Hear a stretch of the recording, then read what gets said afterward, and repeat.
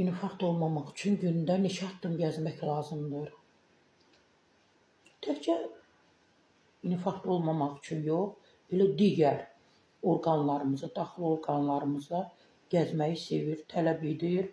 Gün ərzində onların özünün də tələbatı var ki, neçə kilometr getməyə lazımdır. Təkcə ürəyə görə yox. Mən düşünürəm ki, hər biriniz gün ərzində azından yarım saat, 1 saat təmiz havada gəzməlisiniz, hərəkət etməlisiniz, həyatınızı aktivləşdirməlisiniz. Bax, ev şəraitində olanda yatmağımızda da, qidalanmağımızda, hər bir şeydə bir hiss edirik ki, gərginlik var. Amma təmiz havaya çıxırıq, təmiz havada olub, geri dönəndən sonra gör, nə qədər hiss edirik ki, həyatımızda bir dönüş var.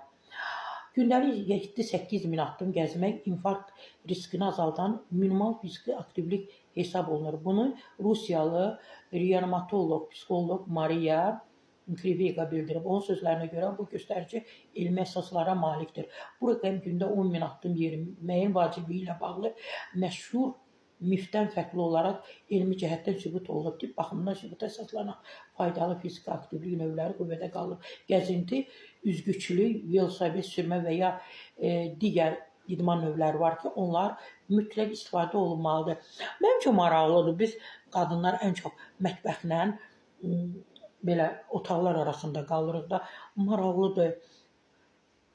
Ev şəraitində necə bu addımları sayı 1000, 2000, 3000 etsək, bu bizim sağlamlığımıza dilim çaşdı.